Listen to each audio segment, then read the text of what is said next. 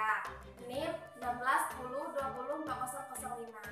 Saya berasal dari semester 6A Biologi, Fakultas Tarbiyah dan Ilmu Keguruan Institut Agama Islam Negeri Kerinci.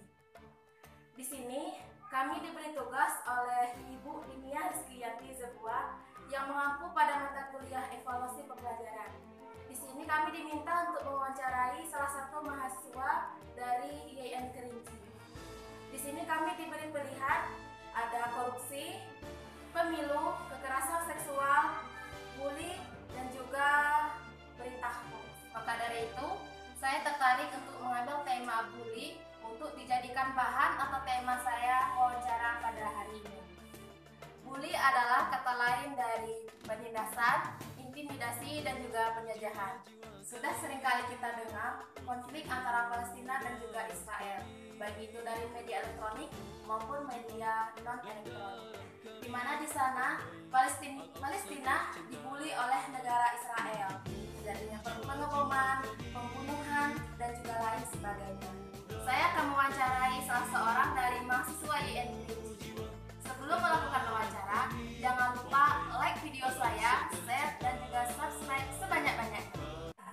Baiklah, di sini sudah ada narasumber saya, yaitu Saudari Latifah Hijriani. Saudari kita ini berasal dari jurusan Manajemen Dakwah, Fakultas Usuluddin Adab dan Dakwah, IAIN Kerinci. Baiklah, di sini kami akan melangsungkan wawancara. Ada beberapa pertanyaan yang akan saya sampaikan kepada Saudari Latifah, di mana pertanyaan yang pertama yaitu, apa yang Saudari ketahui tentang Palestina? Baik, yang saya ketahui tentang Palestina itu yang pertama, yang jelas Palestina ini terletak di wilayah Timur Tengah. Kemudian yang saya ketahui tentang Palestina itu dia terletak di antara Laut Timur Tengah dan Laut Yordania. Dan juga letaknya strategis itu terletak perbatasan-perbatasan negara seperti di Mesir, Suriah, dan Jazirah Arab. Kemudian untuk bahasa Palestina ini sendiri berasal dari bahasa Yunani atau Romawi kuno, yaitu Filistin. Nah, juga pernah digunakan nama ini pada zaman pemerintahan Umayyah dan Abbasiyah tapi saya sudah lupa ya untuk kota yang mana, tapi terletak di Syria seperti itu. Jadi Palestina ini adalah sebuah negara yang terletak di tempat yang strategis seperti itu. Ya.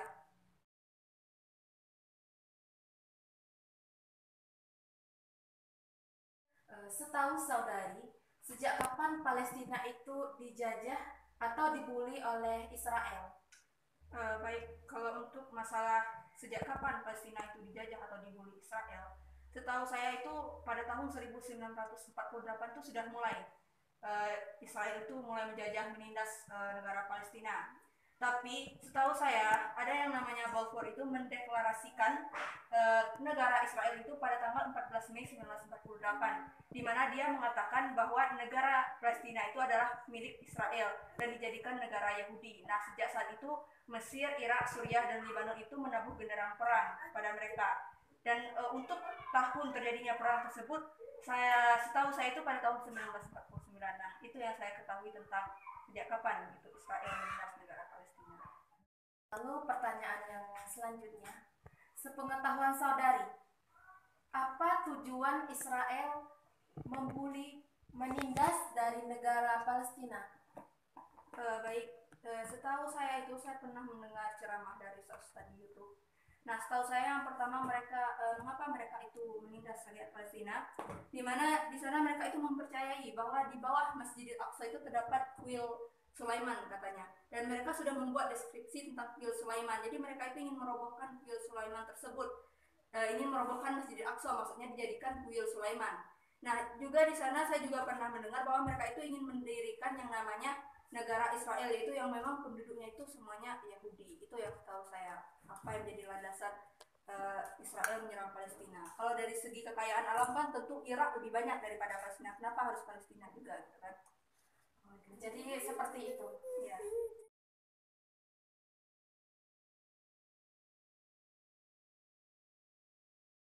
Lalu bagaimana bentuk penindasan atau bentuk bully dari Israel terhadap warga negara Palestina? Seperti apa bentuknya penindasannya? Untuk bentuk penindasannya yang pertama yang sangat kita sering lihat yang tampil di media-media itu ya mereka mengebom, kan sudah berapa kali dibom Palestina tersebut.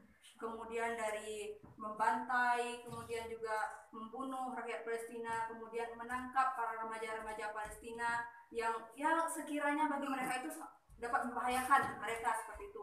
Kemudian dia juga mendirikan tembok yang tinggi gitu di daerah lingkungan Gaza.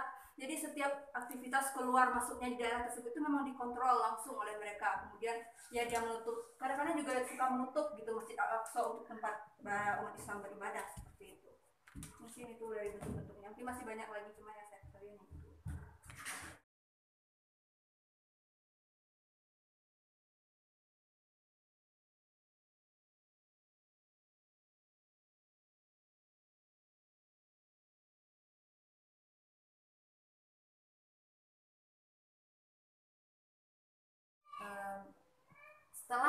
Setelah dibully beberapa tahun oleh Israel, menurut Anda, mengapa warga negara Palestina tidak berpindah domisili dari negara mereka, tidak pindah domisili dari negara Palestina, agar mereka tidak ditindas lagi oleh Israel? Oke, untuk jawabannya singkat saja dari saya. Mengapa mereka itu tidak berpindah domisili? Di sini mereka itu sedang mempertahankan kehormatan kaum muslimin, di mana di sana yang mereka perjuangkan itu adalah Masjidil Aqsa, di mana adalah kiblat pertama kita umat Islam di sana. Masya Allah. Di mana yang juga di sana itu ya yang kita tahu, di mana mereka itu tidak mau jika Masjidil Aqsa itu dihancurkan, dirubuhkan, kemudian didirikan kuil Sulaiman tersebut. Jadi mengapa mereka masih bertahan sampai sekarang walaupun dengan berbagai rintangan cobaan yang datang menerpa mereka? Dan itu adalah karena mereka memang mempertahankan Masjidil Aqsa sebagai kiblat pertama umat Islam dan juga sebagai tempat yang sangat suci bagi umat Islam. Mungkin itu jawaban dari saya, Saudari Dina. Jadi mereka tetap berpegang teguh terhadap prinsip mereka tersebut. Ya, karena itu memang adalah kiblat pertama umat Islam. Jadi mungkin memang itu yang mereka pertahankan sampai saat ini. Baiklah, Saudari Latifah, sebagai sesama Muslim, seakidah, seakhlak satu agama, apa yang sebaiknya kita lakukan untuk membantu saudara-saudari kita yang ada di Palestina sana? Baik, yang pertama yang harus kita lakukan itu adalah kita banyak-banyak berdoa untuk warga negara Palestina, untuk saudara-saudara kita yang ada di sana. Kemudian ya kita kalau memang tidak bisa jihad fisabilillah seperti orang-orang yang syahid, kita bisa jihad dengan harta kita. Kemudian kita sedekahkan walaupun sedikit, itu sangat bermakna bagi di sana gitu, bagi warga-warga di sana. Walaupun hanya sebesar 1.000 rupiah pun itu sangat berharga bagi mereka. Jadi salah satu caranya itu kita perbanyak doa untuk warga negara Palestina. Kemudian yang kedua itu berjihad. Kalau bagi yang laki-laki itu berjihad untuk syahid. Kalau memang tidak bisa berjihad, mereka bisa mensedekahkan hartanya itu, sebagian hartanya untuk mereka di sana, walaupun itu hanya sedikit dari hartanya. Mungkin seperti itu jawaban dari saya. Nah, jadi kita bisa berkontribusi. Yang pertama bisa dengan doa. Iya, dengan doa. Yang doa ini juga bukan hanya untuk warga negara Palestina saja sih, tapi bisa untuk negara-negara Islam lainnya yang sedang ditindas saat ini. Kan banyak Selandia Baru kan, baru-baru kita dengar kabar saat ini. Seperti apa dampak ataupun efek dari penindasan yang dilakukan oleh Israel kepada Palestina? Oke, untuk yang pertama yang saya ketahui, kalau menurut saya ya, dampak atau efeknya itu adalah kelaparan, di mana di sana itu pasokan makanan di negara Palestina itu memang susah, apalagi di jalur Gaza itu. Sedangkan orang yang mengantar makanan atau orang yang sedang sakit saja ingin dibawa keluar dari pulau itu juga sangat susah, karena banyak sekali pemeriksaan yang harus kita lakukan, yang harus orang itu lakukan. Kemudian adanya trauma seperti misalnya terjadinya pemerkosaan. Jadi para wanita-wanita muslimah di Gaza itu mendapatkan trauma atau mentalnya itu terganggu karena kejadian-kejadian seperti itu. Kemudian adanya pembunuhan. Nah, pembunuhan di sini memang yang terbunuh itu memang tidak merasa trauma karena dia sudah meninggal kan, tapi keluarganya itu merasa trauma.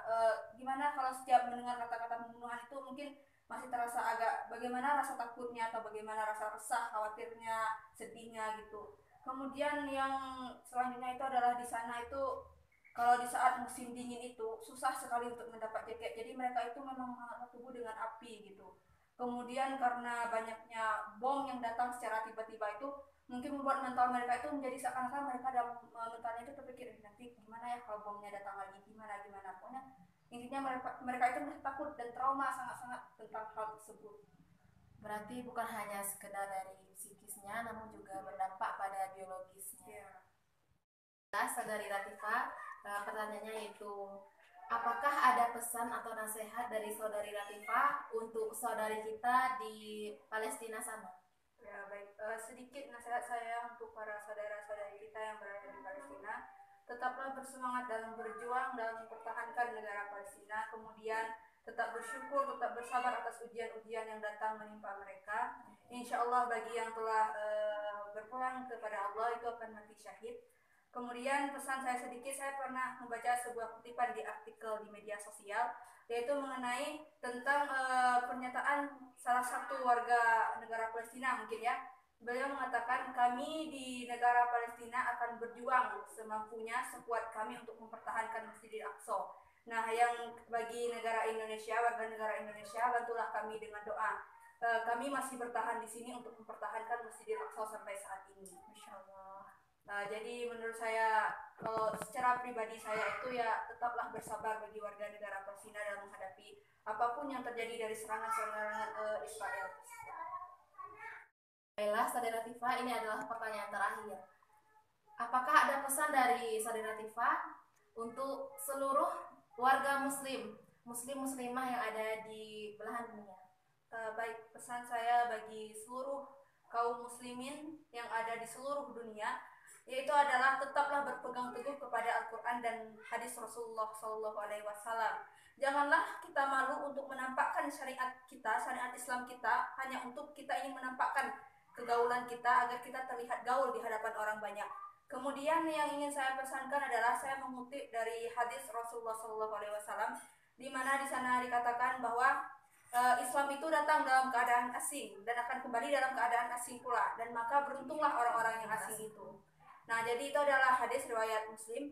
Kemudian yang ingin saya sampaikan juga kepada kaum muslimin seluruh dunia, yang kita ini sebagai orang Islam itu kita harus bersatu gitu, jangan sampai terpecah belah gitu. Kita harus memperlihatkan kepada orang-orang yang non muslim bahwa Islam ini tidak bisa terpecah belah, kita bersatu gitu. Kemudian yang ingin saya sampaikan juga bagi seluruh kaum muslimin dimanapun mereka berada, baik di negara Palestina, Indonesia, Malaysia dan lain sebagainya, tetap rapatkan saf. Jangan sampai kita itu terlengah dengan segala hal-hal yang terjadi di dunia ini. Jangan sampai kalau kita melihat satu saja umat muslim kita yang tertindas, usahakan kita membantu mereka, setidaknya dengan doa yang kita lakukan, walaupun kita tidak bisa mengulurkan sedekah, mungkin kita tidak mampu, atau dengan jihad kita secara langsung kita tidak mampu, jadi kita bisa membantu mereka dengan doa. Ya, saya di sini akan menyimpulkan hasil dari wawancara saya dengan saudari Latifah tadi, di mana negara Palestina ini merupakan negara yang terletak di bagian timur tengah yang belum termasuk pada wilayah Jazirah Arab. Negara Palestina ini sudah bertahun-tahun ditindas, dibully, diintimidasi oleh Israel. Maka dari itu, kita sebagai warga muslim yang ada di dunia, entah itu di Indonesia maupun di luar negara, marilah kita rapatkan saf, kita bantu saudara-saudari kita yang ada di Palestina. Kita jangan pernah menyerah, jangan pernah hilang. Demikianlah wawancara saya dengan saudara Latifah. Terima kasih banyak atas partisipasinya, dan juga untuk yang sudah like video saya, yang sudah subscribe akun saya. Terima kasih banyak. Semoga Allah menghadiahkan pahala dan juga kebaikan. Nah, demikianlah wawancara kami pada hari ini.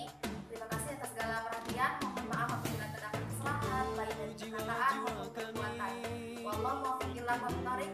Assalamualaikum warahmatullahi wabarakatuh. Takbir, Allahu Akbar. Kami, wahai Al-Aqsa tercinta, untukmu jiwa-jiwa kami, untukmu darah kami, untukmu jiwa dan darah kami, wahai Al-Aqsa tercinta. Kami akan berjuang demi kebangkitan Islam. Kami rela berkorban demi Islam yang mulia. Untukmu Palestina tercinta, kami penuhi panggilanmu. Untukmu Al-Aqsa yang mulia, kami kan terus bersamamu. Untukmu Palestina tercinta,